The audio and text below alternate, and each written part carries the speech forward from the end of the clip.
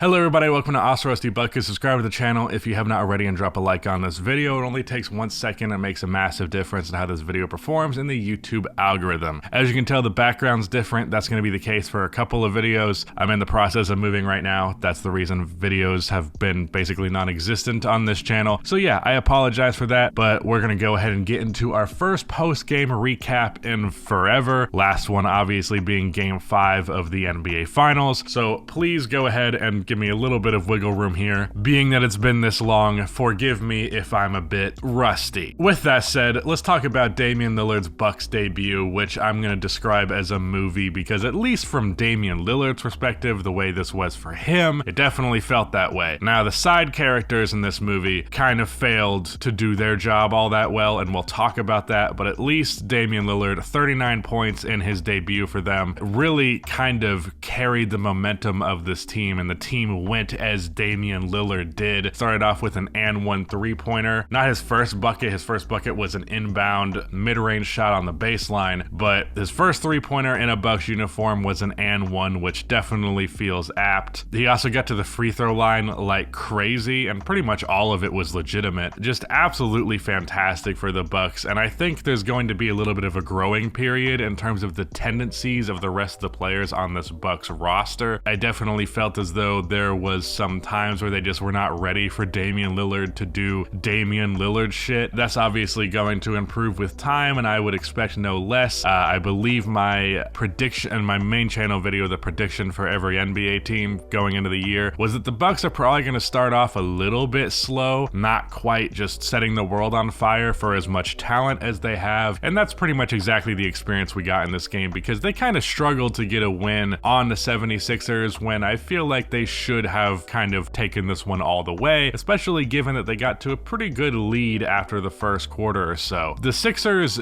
did, at least luckily for them, get a performance out of Kelly Oubre that could somewhat make up for the absence of James Harden. James Harden was not here, not because he didn't want to be here, but because he was not allowed on the team plane. So don't know exactly what's going on with that. I mean, don't get me wrong, he didn't want to be there, but you know, it was like a be there so I don't get fined type of situation. Either way, the Sixers play without James Harden, and they still managed to look good because they got some of that scoring out of Kelly Oubre. I will say the playmaking and the lack thereof from James Harden definitely was felt here. Definitely a lot of moments of significant stagnation from the Sixers offense, and because really nobody other than Tyrese Maxey could make much of a play off of the dribble, there was a ton of double teams being thrown Joel Embiid's way, and it made the Sixers offense look sloppy, especially because, as I have highlighted before, Joel Embiid can sometimes struggle with double teams, especially out of the post. Now, that said, if there's any big man to criticize about how they dealt with the ball this game, it would be Giannis, because he had 7 turnovers, and frankly, this was just an ugly game from him. Now, obviously, he still had a better box score than 90% of NBA players will ever really have, but it was definitely not an ideal performance, especially alongside the dominance that we saw from Damian Lillard. Chris Middleton also did not play a ton in this game. I don't know if he got hurt and I missed it or if this was like a load management thing, but that's something to watch out for. Jay Crowder ended up getting a ton of minutes, and it was a mix of positives and negatives. I do think that he's wearing way too many accessories for how good he is. I think if you're not that good, you're not allowed to wear 2 arm sleeves, leg sleeves, a t-shirt, and a headband. Like, chill out, man.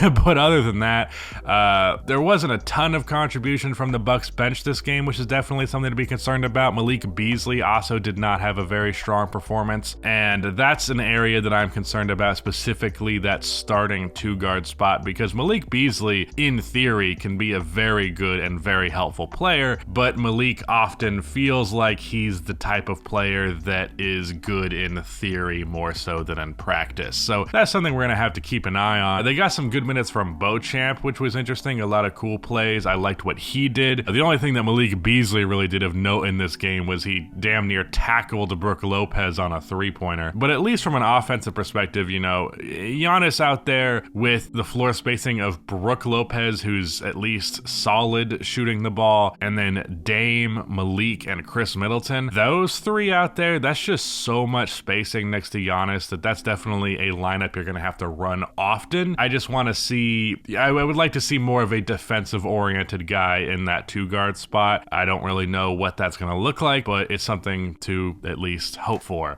On the Sixers end of things, there was that quiet performance from Tobias Harris, 8 for 9 from the field. Very, very efficient game, but not one where his presence was felt all that significantly. Tyrese Maxey was pretty damn good in this one. And honestly, you could argue that Kelly Oubre might have been the best player for the Sixers in this one because he really hit a lot of shots and a lot of really big momentum shots for them. There was times where Joel Embiid was on the bench and the Sixers still looked decent because Kelly Oubre was doing shit. And that's a pretty significant thing because the Sixers have struggled to look good without Joel Embiid when they have James Harden on the floor. Now, if you are a Sixers fan, I will say this of Kelly Oubre. I would not anticipate that to be a regular occurrence because Kelly Oubre and efficiency generally do not go together in the same sentence unless you're talking about his lack of efficiency. So for the most part, I wouldn't expect this type of thing to be replicated, and it's probably really the only reason that the Sixers were in this game. The one thing that really bothered me, Giannis obviously, as I mentioned, didn't have a very good game, but what really bothered me about the Bucks' approach here, to be fair, this is Adrian Griffin's first game coaching as the head coach in the NBA, but it really seemed like there was a pretty significant lack of plays being run, or the plays that were being run were rather simple, and most notably, very, very little Dame Giannis pick and roll, which was something that we talked about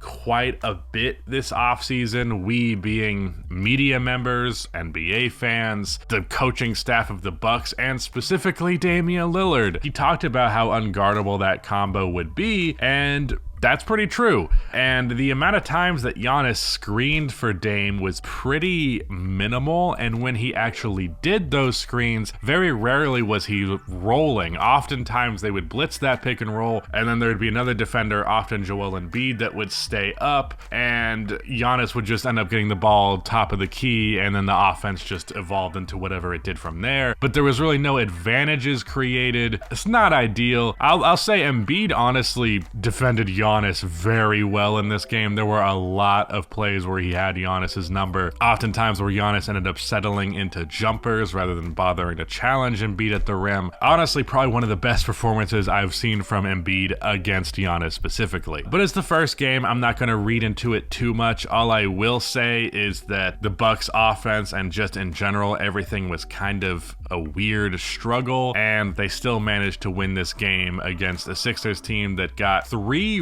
really good performances out of players that were not Joel Embiid, those players being Oubre, Maxey, and Tobias Harris. So my original prediction for the Milwaukee Bucks when I did my every team prediction over on the main channel before the season starts was that they were going to struggle a bit and that they were not going to be like a super dominant regular season team, like still 50 wins but probably not 60. This game definitely made me feel like that was an apt prediction. You know, maybe it's not, we'll wait and see, it's one game. But yeah, definitely would have liked to see more offensive sets, more consistency, better play from Giannis, but you got a great Dame game. Yeah, everything was great. I loved seeing Dame in a Bucks uniform. It was definitely weird. It's definitely gonna take me some time to adjust to it. When you see a guy in a jersey for over a decade and then they're in a different jersey, it's a very weird experience, but it looks like it's gonna fit him, and I think the Bucks are going to be very good. Hot take. But yeah, that's all I have to say today. I will hopefully be able to get more content out to you guys when I have a moment to sit down and breathe. The last week has been non-stop chaos. I have an ear infection. I have a spider bite on my foot. Everything's going to hell, but hopefully it will be fixed soon.